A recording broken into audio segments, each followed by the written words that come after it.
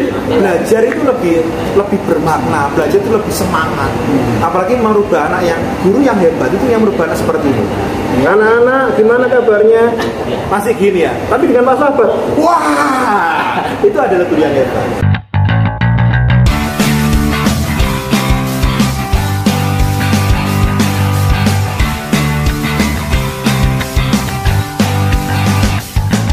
Baik, bismillahirrahmanirrahim. Assalamualaikum warahmatullahi wabarakatuh. Waalaikumsalam warahmatullahi wabarakatuh. Apa kabar semuanya? Senang sekali pada kesempatan kali ini Pak Sabar sedang berada di Surabaya dan bertemu dengan Master Aris Prasetya. Apa kabar, Master? Alhamdulillah baik. Sehat-sehat? Alhamdulillah. Ya, ternyata tampak lebih muda dari gambar di media sosial. Okay. Usia boleh tua tapi muka jangan. Senang sekali bisa bertemu dengan Master Aris Prasetya, founder Sami Sanov.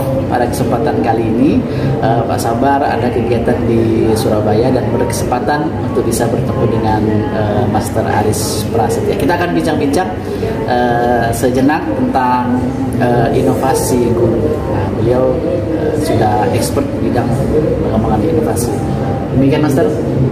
Ya, alhamdulillah. Baik, Master. Kurikulum Merdeka dan inovasi guru. Bagaimana kemudian mengaitkan ini? Ya, jadi pada intinya kalau kurikulum merdeka itu bukan artinya kita merdeka semuanya gitu ya, bukan ya. Tapi kita harus menganggapnya, kita berpositif thinking bahwa di kurikulum merdeka ini seorang guru bisa memerdekakan dirinya untuk mengajar kepada siswanya. Karena apa? Harus bergantung apa sih kebutuhan siswa dalam pendidikan atau apa yang diperlukan, sehingga muncullah dalam kurikulum merdeka itu diferensiasi, itu pembelajaran yang diferensiasi. Nah, disitulah inovasi akan sangat menjadi sebuah hal yang sangat signifikan dan sangat positif digunakan apabila guru itu mengajar dengan sebuah inovasi. Nah, jadi inovasi-inovasi ini akan bisa menjadi hal yang membantu sekali, tergantung dari kebutuhan siswa. Sejauh penilaian Master, siapkah guru-guru Indonesia dalam melakukan inovasi pembelajaran ketika berhadapan dengan kurikulum yang baru? Jadi kalau saya berpikiran gini, Mas, inovasi itu sebenarnya sudah kita pernah lakukan pakai kurikulum apapun, inovasi sudah ada. Ya. Entah itu KBK, Kuntilas, atau sekarang kurikulum merdeka. Nah, selama kita sudah punya pemikiran bahwa kita mengajar dengan inovasi, kurikulum apapun akan bisa dilakukan seperti itu. Nah, makanya kalau saya ditanya apakah sudah siap guru Indonesia dalam melakukan inovasi dalam kurikulum merdeka, saya kira sudah siap. Tergantung sampulnya apa, gitu aja. Jadi kalau misalnya kurikulum merdeka meminta seorang guru harus mengajar dengan cara seperti ini, itu sebenarnya hanya apa ya, hitam di atas putih. Contoh paling gampang, RPP ganti modul aja, gitu kan. Terus kemudian kompetensi inti dijadikan apa dan sebagainya. Itu hal-hal yang sesuatu yang berubah-ubah saja. Tapi sebenarnya itu apa ya, sesuatu yang sudah pernah kita lakukan, hanya wadahnya berbeda. Makanya kita harus memantau atau memandang kurikulum merdeka ini secara filosofis dan juga secara implementatif seperti itu. Inovasi itu apakah identik dengan IT? Oh tidak ya. Kalau pernah melihat sosial media saya atau pernah baca-baca buku saya, nggak semua inovasi berhubungan dengan IT. Ada kalanya bagaimana kita menyentuh siswa dengan gerakan inovasi, entah itu menggunakan raga, entah itu menggunakan permainan, termasuk Pak Sabar, yaitu dengan ice breaking-nya. Itu ada cara untuk memotivasi siswa agar dia tuh gitu. Itu apa ya istilahnya? Jadi belajar itu lebih bermakna, belajar itu lebih semangat. Apalagi merubah anak yang guru yang hebat itu yang merubah anak seperti ini. Anak-anak gimana kabarnya? Masih gini ya, tapi dengan Pak Sahabat, wah, itu adalah guru yang hebat. Ya udah seperti itu. Kemudian kalau inovasi tidak terkait dengan teknologi, nah bagaimana teknologi bisa mampu mengajak guru-guru ini bisa berkreatif dalam mengolah pembelajaran menjadi menyenangkan? Tanpa IT maksudnya? Iya, misalnya, atau juga dengan IT gitu. Oke, kalau dengan IT kita sudah dimanjakan dengan beberapa aplikasi ya, entah itu aplikasi pembelajaran, entah itu untuk menyusun sebuah pembelajaran, media dan sebagainya. Nah, tapi kalau yang tanpa IT, ini guru harus memutar.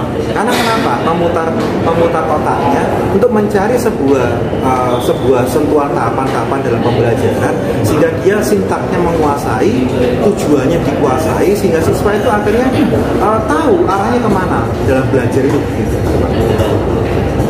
Jadi guru harus bisa istilahnya Ki Hajar Dewantara itu ingarso sing tulodo, di depan memberikan contoh. Ing madya mangun karso, di tengah-tengah belajar bersama, bekerja bersama, itu kuri handayani sing ngentut guri ngarep diarani. Belajar memotivasi dari belakang. Oke. Nah, terakhir pesan master nih buat para guru-guru di Indonesia dalam rangka mempersiapkan diri mereka untuk terus tidak berhenti untuk berinovasi. Oke. Bagi guru-guru seluruh Indonesia ya, ikhlaslah dalam mengajar dari hati. Ketahuilah kebutuhan siswamu seperti apa.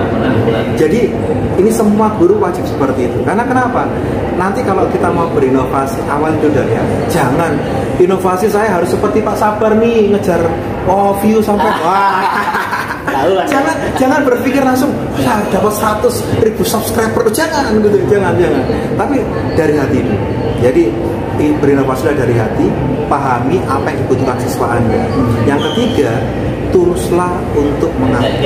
Mengabdi yang bagaimana? Membuat siswa yang belum tahu menjadi tahu, membuat siswa yang dulunya masih belum semangat menjadi semangat, dan tentunya dengan sentuhan speaking Pak Sabar, Anda akan menjadi luar biasa. Promosi. Nah, Master, terkait dengan Sami Sanov. Iya. Bagaimana Sami Sanov sendiri kontribusi dalam berbagi untuk guru dalam menciptakan inovasi pembelajaran? Iya, jadi pada awalnya mulanya Sami Sanov itu kan karena kebutuhan guru dalam berinovasi itu kan agak bingung ya, sehingga muncullah ide 1 minggu 1 inovasi Sami Sanov tadi. Nah, agar bisa itu dijalankan bersama-sama, maka kita mengadakan diklat-diklat. Nah, di diklat-diklat ini bedanya diklat Sami Sanov dengan kanal-kanal pelatihan IT yang lainnya. Kalau kanal lainnya mungkin materinya gitu-gitu aja. Nah, misalkan buku bikin buku, nanti Canva bikin Canva terus gitu ya. Tapi kalau Sami Sanov kadang-kadang tiap bulan itu berubah. Jangan tiap bulan, 2 minggu sekali lo berubah materinya. Nah, kenapa kok berubah? Karena kebutuhan inovasi tiap guru itu berbeda-beda. Nah, kita mengajarkan semuanya agar nanti menjadi sebuah amunisi. Amunisi untuk apa? Berbagi, satu, minimal diimplementasikan kepada siswanya. Yang kedua, ditularkan kepada guru-guru yang lainnya, menginspirasi guru yang lainnya agar bisa lebih. Sami Sanov bisa lebih. Ya. Mas, terkait dengan kolaborasi, guru ini penting nggak sih harus punya kolaborasi dengan teman-teman guru lain dalam memperkaya khasanah inovasi mengajar? Kalau hubungannya kepada memperkaya inovasi belajar, wajib berkolaborasi. Ya. Tapi kalau sudah tujuannya untuk hibah bareng, wah, berat. Jangan berkolaborasi untuk sesuatu yang jelek, tapi berkolaborasilah untuk sesuatu yang positif. Jadi satu, carilah komunitas yang mendukung, mensupport Anda dalam berinovasi. Itu yang pertama. Yang kedua, carilah komunitas yang positif sehingga muncul ide positif. Yang ketiga, jangan medit itu apa ya? Pelit. Nah, jangan pelit untuk berbagi. Seperti slogannya Sami Sanov, terus berinovasi, ikhlas berbagi, sharing and growing together. Ini masih belum terakhir. Belum terus idenya ini. Baru mengalir idenya. Tips guru agar bisa istiqomah berinovasi. Artinya terus tidak hanya berhenti pada satu titik saja, tapi setiap pekan, setiap bulan, setiap semester itu selalu ada inovasi baru. Bagaimana agar guru itu bisa punya hal-hal baru dalam satu yang pertama, gampang merasalah haus dalam belajar. Nah, jadi seorang guru kalau sudah merasa kenyang, posisinya sudah mantap, dia nggak akan melakukan apa-apa.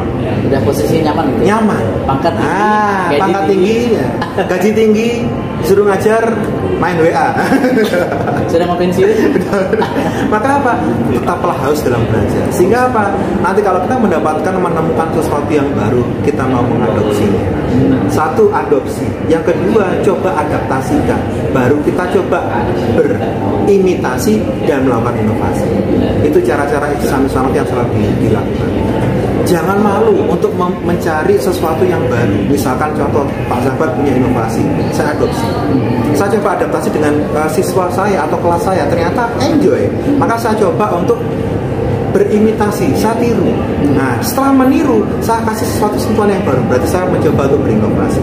Nah, disitulah ada kalanya kita selalu berpikir, inovasi itu apa harus baru? Oh tidak harus baru. Dengan cara memilih orang lain, kita adaptasi, nggak masalah.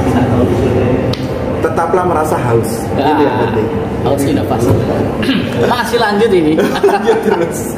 Kemudian ini guru sudah berinovasi. Kemudian apa punya efek langsung dengan siswa. Kemudian punya efek pengaruh bahwa ketika guru berinovasi kepada siswa, efek apa yang kemudian kita dapatkan dari siswa itu? Oh ya. Ini pernah saya dulu diundang di acara di Jakarta, juga ditanya, guru itu harus menjadi apa saja agar menjadi guru yang baik. Satu, guru itu harus menjadi seorang aktor. Jadi guru itu harus menjadi seorang kreator. Guru harus menjadi seorang inspirator. Nah, menjadi seorang inspirator ini kadang-kadang sulit. Nah, tapi kalau kita sudah mampu untuk mengkreasikan diri kita, membuat sebuah inovasi yang baik, maka kita akan menjadi seorang aktor yang baik. Dengan cara apa? Mengajarkan siswa kita dengan cara-cara yang baik, dia akan menjadi lebih baik. Karena guru yang lebih baik adalah apa? Ketika dia berinovasi, siswanya lebih baik daripada dia. Nah, biasanya seorang inspirator, siswanya yang mendapatkan inovasi ini gampang. Ini contoh banyak sekali di siswa-siswa saya. Saya dulu ngajarkan KineMaster sederhana, KineMaster ya, ngedit video. Ternyata apa? Justru siswa saya ikut vlog pakai KineMaster juara.